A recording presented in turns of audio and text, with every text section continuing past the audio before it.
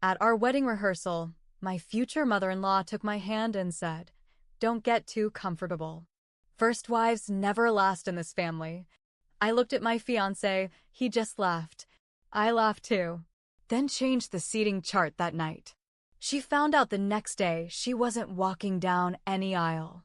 She watched from the last row right next to the exit. My name's Nicole. I'm 33. I live in Tacoma, Washington. I've been a third-grade teacher for 9 years. I don't cause problems.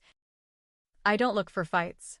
But what happened with my mother-in-law, Darlene, pushed me further than I thought I could go. And I don't regret what I did. I met Brad 5 years ago. He was quiet, funny in a dry way, and super polite. At first, I thought he was a little too nice. But I came to like it. He worked as a project manager for a local construction firm. Clean cut. Stable. No red flags. That's what I thought. We moved in together after a year and a half. He proposed 2 years later. Simple proposal, at home, with takeout. He knew I didn't want anything showy. That's what I loved about him. He got me. Then I met his mother, Darlene. She came to town the week after we got engaged. She lived out in Puyallup with her third husband, Harold, who owned 3 car dealerships. She wore too much perfume, had a loud voice, and talked over people like it was a sport. The first thing she said when she met me? "Oh, you're the one he's marrying? Not nice to meet you. Not congratulations." That should have been a sign. But I brushed it off. Brad said she had a tough exterior, but a good heart. I tried everything to get along with her. I invited her to brunches, asked for her advice on wedding colors, sent her pictures of my dress options. Every time I reached out, she found a way to turn it into a dig. She once asked me, "Are your parents going to wear their cleaning uniforms to the wedding?" I stared at her, thinking she was joking. She wasn't. I told Brad. He shrugged and said, "That's just how she is." That was his line for everything. She criticized my dress, said our venue looked cheap. She called my maid of honor a welfare Kardashian. And I still tried to keep peace. For Brad. For the wedding. For the idea of family. Then came the rehearsal dinner. It was at a little event hall near Ruston Way. We'd decorated it ourselves. Simple table runners, tea light candles, local flowers. It looked perfect. I was talking with the coordinator, checking the processional order. That's when I felt a hand grab mine. It was Darlene. She smiled wide, fake and cold. She leaned close so only I could hear her. "Don't get too comfortable, honey," she whispered. "First wives never last in this family." She winked. I looked her dead in the face. Then I looked over at Brad. He was standing a few feet away, drinking a beer. He heard her. I know he did. He laughed, shook his head like it was nothing. I forced a laugh too, but in my head, something snapped. That night, after everyone went home, I poured myself a glass of cheap white wine and opened the seating chart file on my laptop. I moved her name, Darlene R. From front row, mother of groom, to table 14, back row, near exit the next morning. I printed new place cards. Gave them to the coordinator with a smile. Didn't say a word to Brad. Wedding day came. Everything was beautiful. Bright day, no rain. The music started. The bridesmaids walked. Brad stood at the altar looking calm. Darlene stood up, expecting her walk. The coordinator stopped her, whispered something. Her eyebrows shot up. She looked around, confused, angry. Then she walked, without music, down the side aisle. She found her name on the last row. I saw her jaw tighten. She sat, alone. She wasn't part of the spotlight. She didn't get the mother of the groom treatment. No one stood for her. No special moment. Just the view of everyone's backs. Brad noticed. He leaned in and whispered, "Why is my mom in the back?" I smiled and said, "Guess first wives don't have to follow the rules." He didn't answer. That should have been the end. It wasn't. Darlene wasn't the kind of woman to take humiliation quietly. And Brad? Turns out he was more like her than I thought. After the wedding, things were tense. Real quiet. We flew to Maui for our honeymoon, and I thought maybe we'd get a break from it all. But something felt off with Brad the entire trip. He was cold. Short answers. Looking at his phone a lot. When I asked what was wrong, he'd say, "Nothing," or "I'm just tired." 2 days in, I finally asked him directly if he was mad about what happened with his mom. He stared at the ocean and said, "It was disrespectful. She's my mother." I said, "She disrespected me first." Over and over. He didn't deny it. But he didn't defend me either. He said, "She's just old school. She says stuff, but it doesn't mean anything." That's when I knew something was broken. We still had the rest of the week, so I pretended to enjoy myself. Smiled in selfies. Drank my ties. But inside, I felt something rot. When we got back to Washington, it got worse. Darlene started showing up unannounced. Once, I came home from school and found her in our kitchen. She'd let herself in with the spare key Brad had given her for emergencies. She was baking cookies like she lived there. She said, "Brad told me you can't cook, so I figured I'd help out." I asked Brad to talk to her. Set boundaries. He refused. "She's just trying to help," he said. I took the spare key back and changed the locks. Darlene found out and lost it. She sent me a text, "You're lucky Brad puts up with you. You'll never replace me." I showed Brad. He sighed and said, "She didn't mean it like that." That phrase became his excuse for everything. She didn't mean it like that. She's just being herself. It's not worth the fight. Meanwhile, she kept crossing lines. She came to my classroom once, during parent-teacher conferences, just to see what kind of school this is. She asked my principal where she could file a complaint about me. That night, I told Brad I wanted to go low contact. He refused. "She's my mother. She's not going anywhere." That's when I knew I married both of them. A few weeks later, I found out she'd made a fake Facebook profile and was messaging my maid of honor, Anna, pretending to be an old friend from high school. She asked questions about me, what I was like in college, if I ever cheated, if I drank too much, if I ever talked bad about Brad's family. Anna figured it out and sent me screenshots. I confronted Darlene.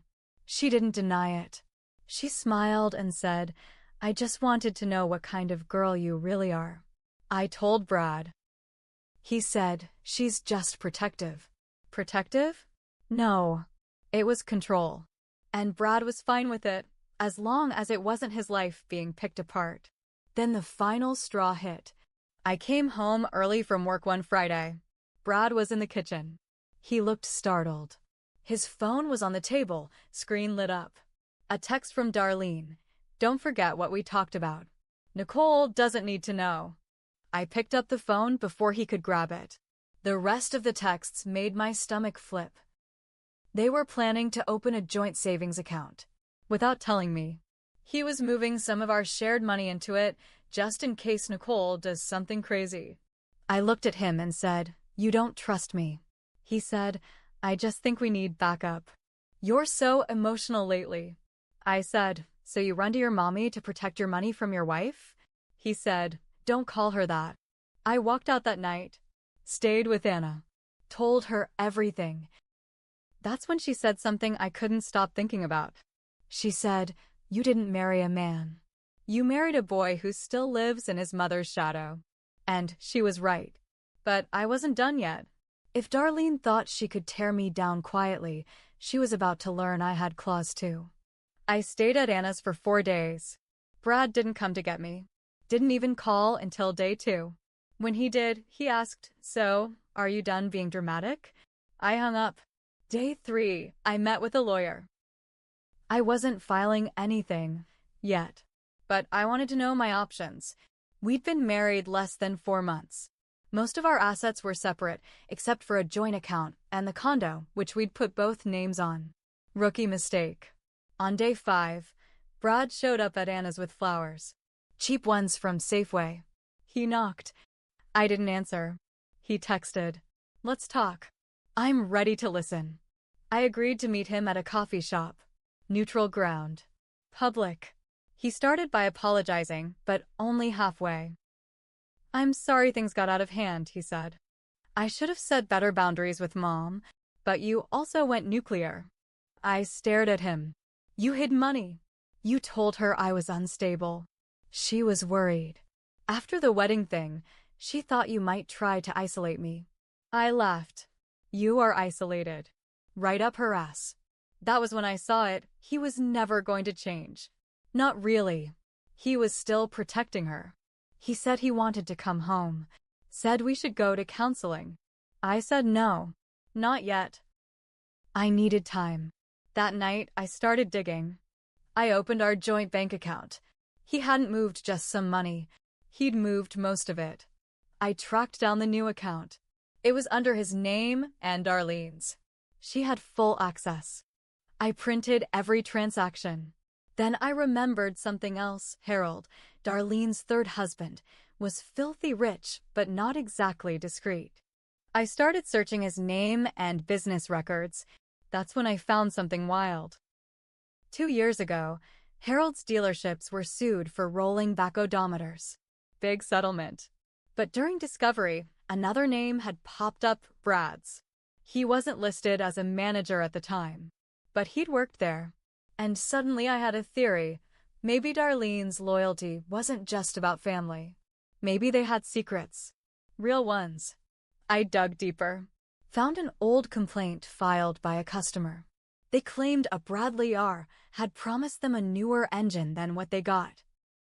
Nothing criminal stuck, but it was clear Brad had been involved. I kept everything. Printed it. Saved PDFs. But I needed more. So I baited him. I texted him, "I'm thinking about moving back in. Maybe we can start fresh." He called in minutes. Voice full of hope. I said, "One thing, can you talk to your mom? Ask her to back off for real this time." He said yes. That he'd handle it. 2 nights later, I was back in the condo. Darlene didn't know. Brad told her I was thinking about it. I waited a week. Played nice. Cooked dinner. Smiled. Then I did something petty. I took a screenshot of the shared savings account, the one with his and Darlene's names, and I emailed it to Harold. With the subject line, "You might want to ask your wife and stepson where your dealership payout is going." I didn't hear back, but 2 days later, there was a screaming match at Darlene's house. I wasn't there, but Anna's cousin lives 2 doors down. She heard everything through her kitchen window. Then came the fallout. Darlene showed up at our condo. No warning. Banging on the door. Red-faced. "You evil little bitch," she yelled. "You ruined everything." I stood behind the locked door and said, "No, Darlene. I just showed someone the truth." She screamed. Then she spat on our doormat and stormed off. I turned to Brad and said, "Still think she's just misunderstood?" He didn't answer. But it wasn't over. That was just the first fracture. The next one would come from Brad himself. And it would change everything. 2 days after Darlene's blow-up at our door, Brad came home from work early. I was on the couch grading papers. He dropped his keys on the table real slow. He said, "Harold froze my accounts." I looked up. "What?" He pulled out a chair, sat down like he was 80 years old. He said someone sent him evidence that I was helping Mom skim off the dealership funds. She's been moving money around for years. I didn't know all of it, I swear. But now he thinks I was in on it. I didn't say anything. He kept talking. He's divorcing her. Fired her from the dealership board. She's losing everything, and I just lost 30 grand. He's suing me for breach of trust. I looked at him and said, "That's rough." His eyes narrowed. "You did this." I didn't deny it. He stood up, knocked his chair over. "You think you won? You just blew up my life." I stood too. "No. You blew up your life. You picked her. Every time." I was just the one holding up a mirror. He grabbed his jacket and stormed out. 3 hours later, he was at Darlene's house. I know because Anna sent me a photo she drove by on her way home. He was sitting on the porch, head in his hands, while Darlene yelled into a phone. That was the last time I saw either of them in person. I moved out a week later, filed for divorce. We didn't even fight it. He didn't have the energy, and I didn't want the condo anymore. I left it to him, along with the broken pieces. But here's the part one haven't told anyone. 3 months before the wedding, I cheated. It was once, with a coworker. It didn't mean anything, and I never told Brad. It was a mistake. A big one. I felt sick about it for months. Tried to bury it. Justify it. Tell myself it was because I knew Brad wasn't really my person. That I was scared. That Darlene had already poisoned the well. But the truth is, it was on me. And even now, I can't say it didn't play a role in everything that followed. So maybe we both walked into that marriage wearing masks. I thought revenge would feel better. That watching Darlene fall apart would heal something. That taking back power would finally make things right. But it didn't fix me. It didn't change the past. It just ended everything. Now, a year later, I'm back in my own place. It's small. Quiet. I still teach. Still drink my boxed wine. But I don't smile as much. I tell myself I survived. That I got out. But some nights, I lie awake and wonder, what if I'd just walked away instead of fighting? What if I'd left before I turned into someone I didn't recognize? What if we were all just too busy hurting each other to notice we were all already bleeding? I don't miss Brad. And I sure as hell don't miss Darlene. But I miss who I was before I met them. And I hope I never see either of them again. Because if I do, I'm not sure I'd walk away a second time. Not this version of me. Not anymore.